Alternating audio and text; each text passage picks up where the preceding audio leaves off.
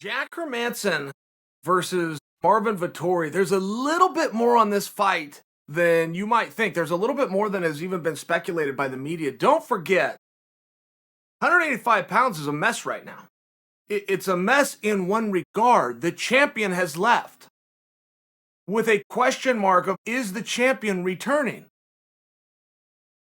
Izzy's not going back to 185 if you want my prediction, unless he gets beat at 205, of which he's currently a 2.5 favorite to not get beat. I only bring that to, what guy do we ever see champ thing and he returns to the lower weight class? We just don't see that. And Izzy is very unique in this way. He is not like Henry Cejudo that has to cut a bunch of weight to make 125, or a Conor McGregor that has to cut a bunch of weight to 145, and therefore going up in a weight class is just, oh man, thank you so much. He will be undersized for 205. I get that he's unique in that way. I'm just sharing with you. He's going to 205 to set up this mega fight with John Jones. If everything goes well, he's not coming back.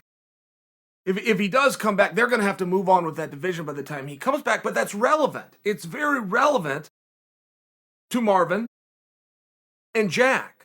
Those are as good a choices as you're going to come up with, 185 pounds. You go look at what Jack has done lately. And Jack sprung onto everybody's radar when he upset Jacare on a short notice fight. He sprung onto everybody's radar. And then he comes out and he starts looking good again and again. He gets this big win over Kelvin. Right, catches Kelvin. Relatively short night, but he gets the credit for that. Okay, so Jack's a player. That's my only. Jack's a player. And then you got Marvin Vettori, man. Marvin Vettori's a star. Marvin Vettori has the same thing. He's Cody Garbrandt of 185 pounds. He can fight well. He's very fun to watch fight, and he comes with some edge.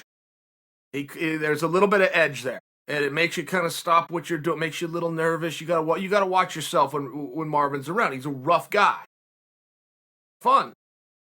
To say, I would really compare him to Cody. That is who I can think of. Where Cody is just a star. Cody just has it.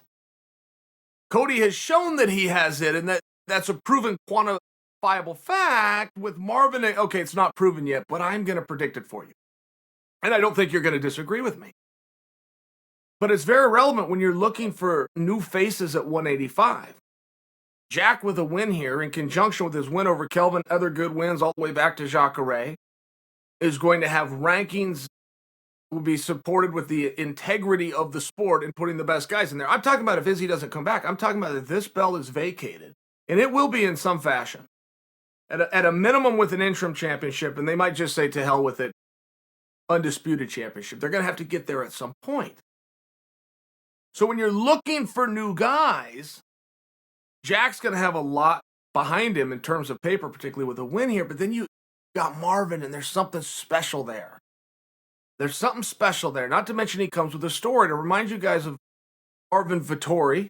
If it's your first day in class, but to remind you of him, he was Adesanya's debut into the UFC. Adesanya come through the Contender Series, but his very first fight in the actual organization was with Marvin. And all of a sudden, next thing you know, that's a split decision. One judge thought that Marvin had won that fight.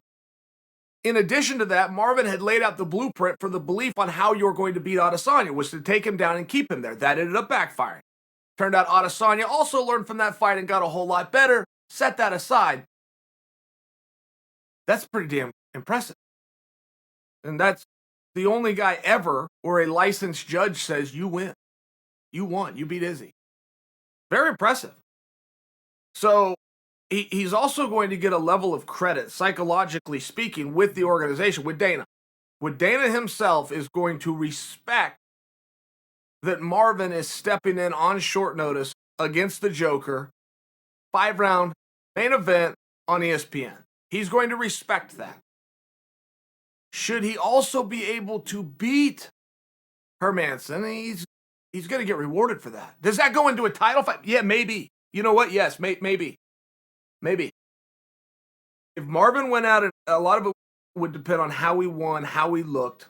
But if he is to be successful on a short notice, 5-round fight, itching and begging and clamoring to get in there, all the things that Dana loves, yeah, he could draw into a title fight when they finally decide what they're going to do with Izzy. And that's a little bit down the road.